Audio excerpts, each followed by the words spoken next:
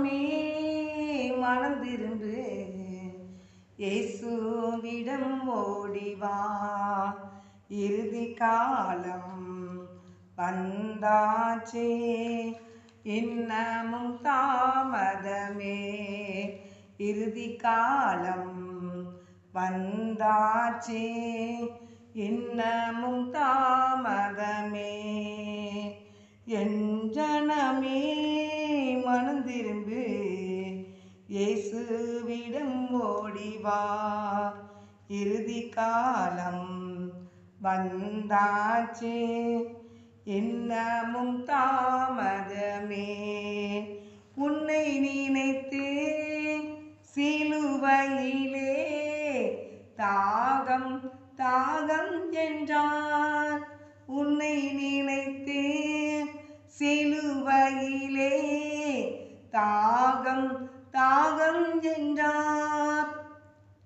உன்னை ரட்சிக்க பாவம் மன்னிக்க தன்னையே பலியாக்கினார். உன்னை ரட்சிக்க பாவம் மன்னிக்க தன்னையே பலியாக்கினார். என் ஜனமே மனம் திரும்பு, இயேசுவிடம் ஓடிவா. இறுதி காலம் வந்தாச்சே, இன்னமும் தாமதமே.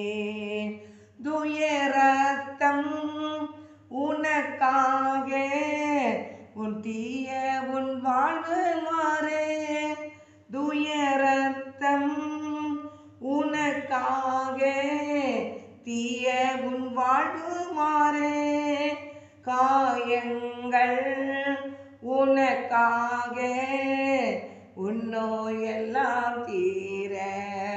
காயங்கள் உனக்காக உன் நோயெல்லாம் தீர.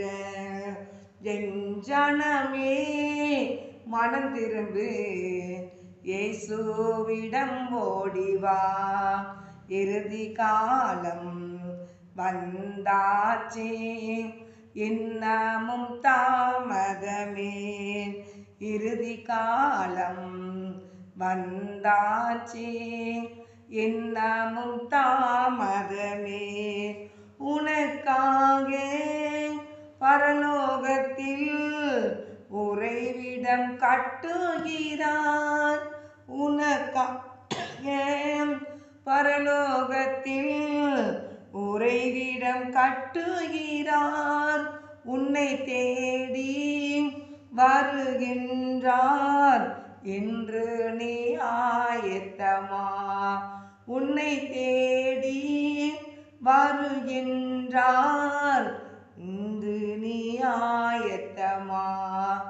என் ஜனமே மனம் திரும்பு, இயேசுவிடம் ஓடிவா. இறுதி காலம் வந்தாச்சே, இன்னமும் தாமதமே. இறுதி காலம் வந்தாச்சே, இன்னமும் தாமதமே. அன்பு தெய்வ பிள்ளைகளே, அன்பு ஆண்டவரை அறியாத பிள்ளைகளை அறிஞ்சிருந்தான். இயேசு கிறிஸ்து சீக்கிரம் வரப்போகிறார். அதனால் நீங்கள் மனம் திரும்பி கர்த்தருடைய பிள்ளைகளாக நீங்கள் மாறும்போது தான் பரலோகத்தில் போக முடியும்.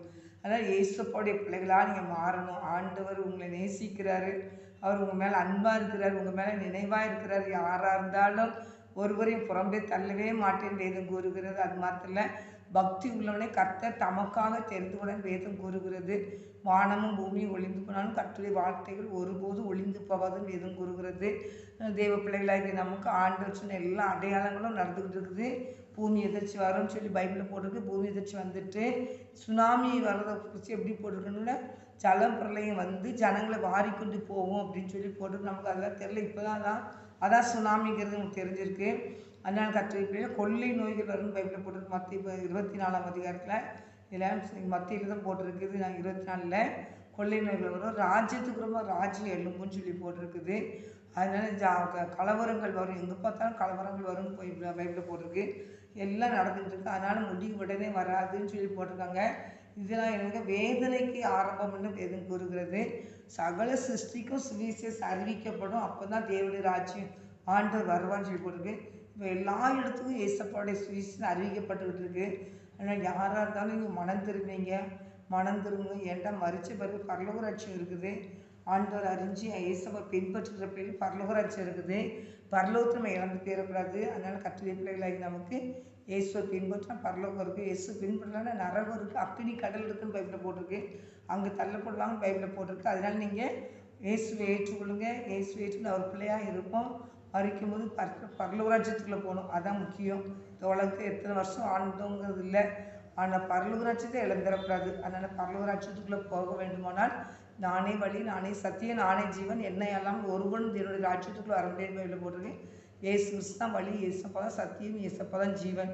அவர் பின்தொடர்ந்து போனால் பரலோக ராஜ்யத்துக்குள்ளே போயிடலாம். கர்த்தர் உங்களை ஆசீர்வதிப்பாராக. ஆமென்.